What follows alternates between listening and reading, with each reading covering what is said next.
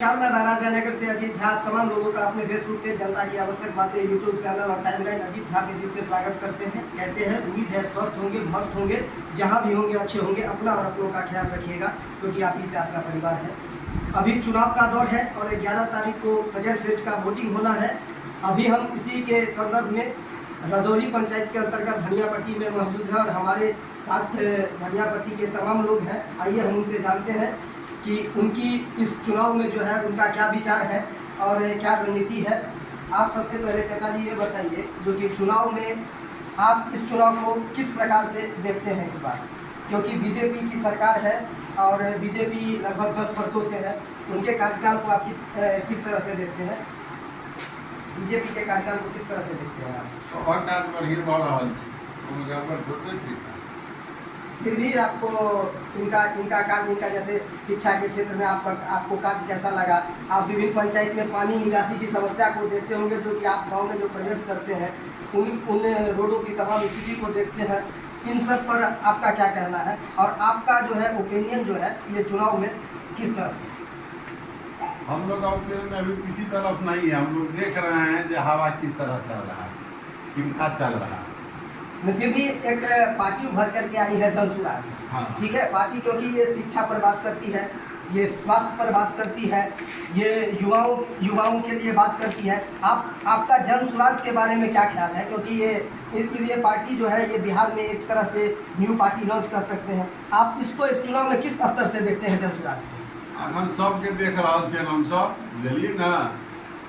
अब तो समय एते आब बतावे वाला पर कोनो एहन नहीं छै जे हिटका चाहे हुनका। नहीं, वोट के मामले में नहीं कह रहे हैं हम, मतलब जनसुराज पार्टी आपको कैसा लगता है? क्योंकि इनका जो विजन है, पार्टी तो सब ठीक है, इनका पार्टी में कोनो दिक्कत नहीं है, सब पार्टी ठीक है। इनका विजन है स्वास्थ्य, सबके विजन एक ही है। तो मतलब आप तमाम पार्टी को एक नजरिए से देखते हैं। हाँ, हम सब पार्टी के एक नजरिए से देख रहे हैं। कहाँ जाएगा? अब हम आपको इनसे आप जो है ना जनसुराज को जो है किस नजरिए से देखते हैं? जनसुराज एक नई पार्टी है, आप किस नजरिए से जनसुराज को देखते हैं? हम आपको अगर धन्यवाद करते हैं कि जनसुराज को इतना महत्व मिला के बात कर रहे हैं। जनसुराज पार्टी वर्तमान में बिहार में एक नया पार्टी के तौर पर स्थापित करना चाह रहा है। पार्टी तो बन गया है कि पहला चुनाव होगा। चुनाव एक छोटा सा हुआ था, इस चुनाव में नया चेहरा उतारा है, लगभग सिर्फ थोड़ा बहुत छोड़ के। उस चेहरा में जो व्यक्ति का अपना निखार है और जो प्रशांत जी शिक्षा, स्वास्थ्य, पलायन के मुद्दे लेके आए हैं, उस पर जितना मैक्सिमम हो सकता है हम लोग सहयोग में लगे हुए हैं। हर परिवार से मिल रहे हैं, अपना बात रख रहे हैं। एक नया पार्टी है, दोनों तरफ फाइट है, उसमें से वोट निकालना तो कठिन होगा। बीजेपी से आप कितना, अगर प्रशांत किशोर को आप सपोर्ट करते हैं तो आपको ऐसा क्या लगा जो कि बीजेपी सुधार नहीं कर पाई इन 10 सालों में? बीजेपी यहाँ पे साइड पार्टी में है, मुख्य पार्टी में सरकार सत्ता में हमेशा नीतीश कुमार थे। नीतीश जी अपने टाइम में जितना दिन किए बहुत अच्छा किए।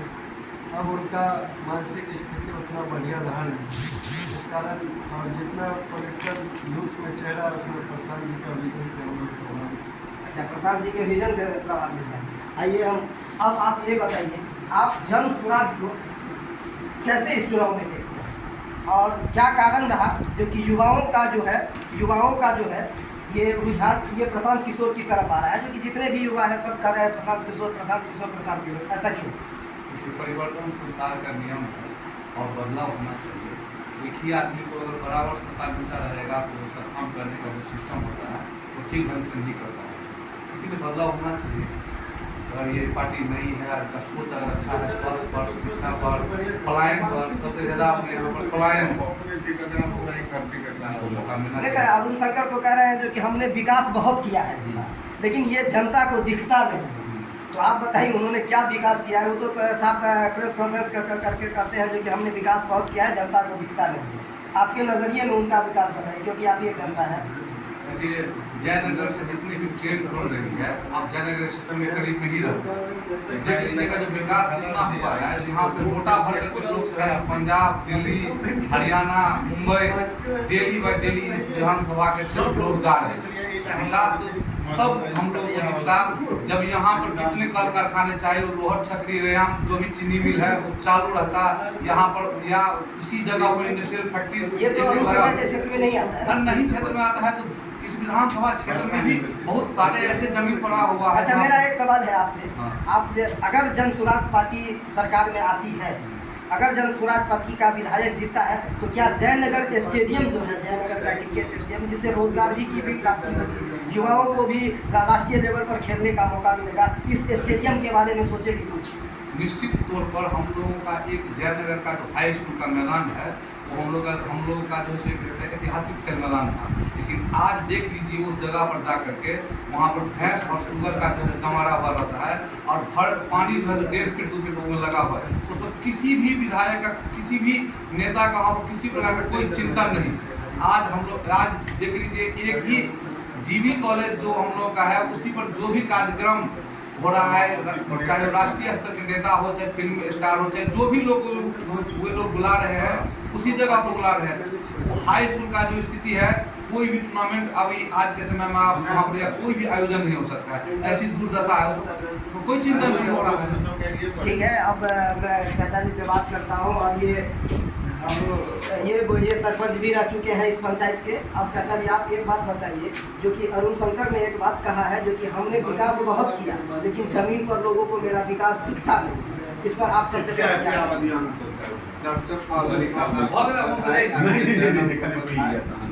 आप लोग मेरा पश्चिमी गांव जैसे सुदूर में आए लोगों से बातचीत कर रहे हैं। अभी का जो परिवेश है, परिस्थिति है, उस परिस्थिति में अभी जो चुनावी समर है वो अभी व्हाट हैपेंस में लगता है, क्या होगा नहीं होगा, कौन किधर जाएंगे नहीं जाएंगे, ये कहना मुश्किल है। वैसे हम एक लाइन में आपको चैनल के माध्यम से, आपके चैनल के माध्यम से ये कहेंगे कि किसी ने कहा है जो किताबों में छपते हैं चाहत के खिस्से, हकीकत की दुनिया में चाहत। बस इतना। जन स्वराज पार्टी नहीं है, इसके बारे में कुछ 2 लाइन बताइए जन स्वराज के बारे में। इनका विजन है शिक्षा स्वास्थ्य के क्षेत्र में काम करना। अच्छी है, विचार अच्छे हैं। होगा क्या, ये तो अभी ट्राई पीरियड में, अभी का जो है इस बार जन स्वराज का हो या और भी पार्टी जो नई नई आए हैं, ट्राई पीरियड में देखते हैं क्या होता है। एक बार फिर आपको इनके मैनिफेस्टो पर मैं आता हूँ। जन स्वराज का मैनिफेस्टो है युवाओं का पलायन बंद। जैसे कि आपने अपने कहा था, बुजुर्गों को 2000 पेंशन दिया जाएगा, महिलाओं को सस्ता ऋण दी जाएगी, बच्चों के लिए विश्व स्तरीय शिक्षा होगी, किसानों को खेती से बेहतर कमाई होगी। अब आप एक बात बताइए, महिलाओं का सस्ता ये क्या है? अभी आप देखते होंगे जो गांव घर में जो है सो ऋण वाला जो है घूम घूम करके प्राइवेट कंपनी वाला ऋण दे रहा है, तो उसी में एक सिस्टम बनेगा प्रधान जी का, जो एक कोई कॉर्पोरेट टाइप का जो बैंक होगा उसका यहाँ पर स्थापना किया जाएगा मधुबनी जिला में। वहाँ से सस्ता ऋण मुहैया कराया जाएगा, या किसी बैंक से सस्ता ऋण मुहैया कराया जाएगा, जैसे जीविका के द्वारा संचालित होता है योजना, उसी प्रकार का कोई सिस्टम लागू किया जाएगा, महिलाओं को सस्ता में ऋण दिया जाएगा। लेकिन इन पर जो लिखा हुआ है बच्चों के लिए विश्व स्तरीय शिक्षा, लेकिन इन्होंने ये तो मेंशन किया है जो कि 15 साल तक हर गरीब बच्चों के लिए मुफ्त बेहतर शिक्षा की व्यवस्था होगी। लेकिन अपने एरिया में विधायक के अंदर में सारे हाई स्कूल आते हैं। उन्होंने अपने मैनिफेस्टो में एक पे भी नहीं कहा जो कि हम अपने हाई स्कूल के इलाके को बेहतर कर देंगे, इसमें ये शिक्षा करेंगे। तो इस मैनिफेस्टो में बच्चों के लिए विश्व स्तरीय शिक्षा, जो मान लीजिए हाई स्कूल के बच्चे हैं, अभी टीचर नहीं है स्कूल सब में, उसके लिए क्या है? क्योंकि उसमें प्रधान जी का एक कहना है जो नेतर हाट की तरह जो है ना, तो एक विधानसभा में विद्यालय बनवाएंगे, तो उसी प्रकार का एक सिस्टम को यहाँ पर लाना चाहते हैं। अगर हमारी सरकार बनेगी तो नेता हाट की तरह जो है विधानसभा स्तर पर जो है, प्रखंड स्तर पर जो है विद्यालय बनाएंगे। और ये क्या, बुजुर्गों को 2000 पेंशन, ये जो अभी सरकार दे रही है 1100 से उससे बढ़ाकर 2000 पेंशन, ये भी जो 1100 रुपया पेंशन हुआ उसका 13%। और ये बताइए, बिहार में युवाओं के लिए 10-15 हज़ार की नौकरी, ये कहाँ से लाएंगे प्रसाद?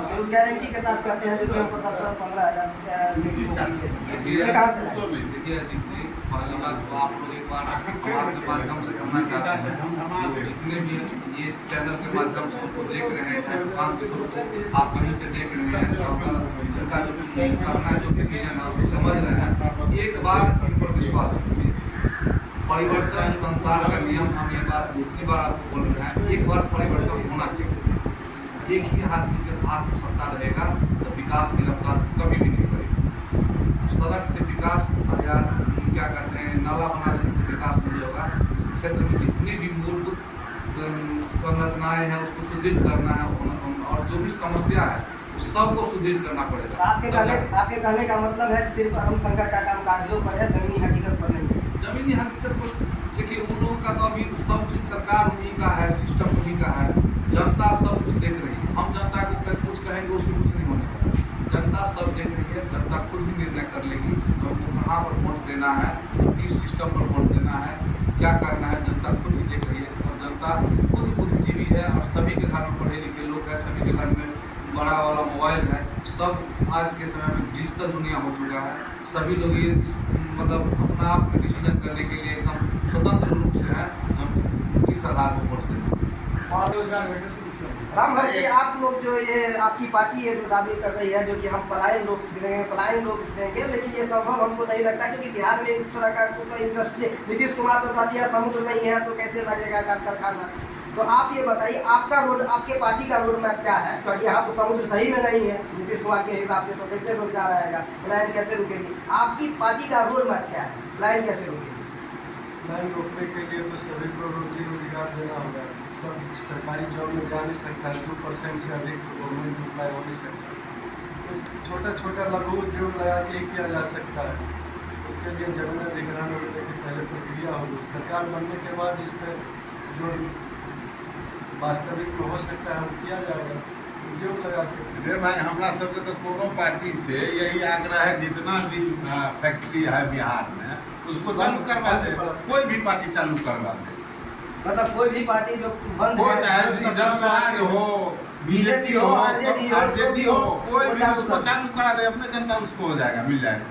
यहाँ चालू कराने के लिए कोई है ही नहीं है। सब केवल सब आदमी या 10 दिन 11 तारीख तक भाषण नहीं है, 11 तारीख के बाद सब जैसे नए विकल्प के तौर पे जनसुराज विधायक जी है, विधायक जी को कोई लेना देना इस सब से तो गुजर है। जनता हमको वोट दे रहा है, हम जीत रहे हैं। नहीं तो वही तो प्रशांत किशोर जी अपने में कहे हैं कि प्रशांत किशोर आए हैं तो इससे पहले हल्ला करना चाहिए कि नहीं जी फैक्ट्री खोलना है हमको। हाँ, तो वो तो अपने जब मैनिफेस्टो में इतने कह रहे बड़े हैं। आदमी भी हैं तो इनको भी तो लोन दिला करके फैक्ट्री खोलवा देना चाहिए ना।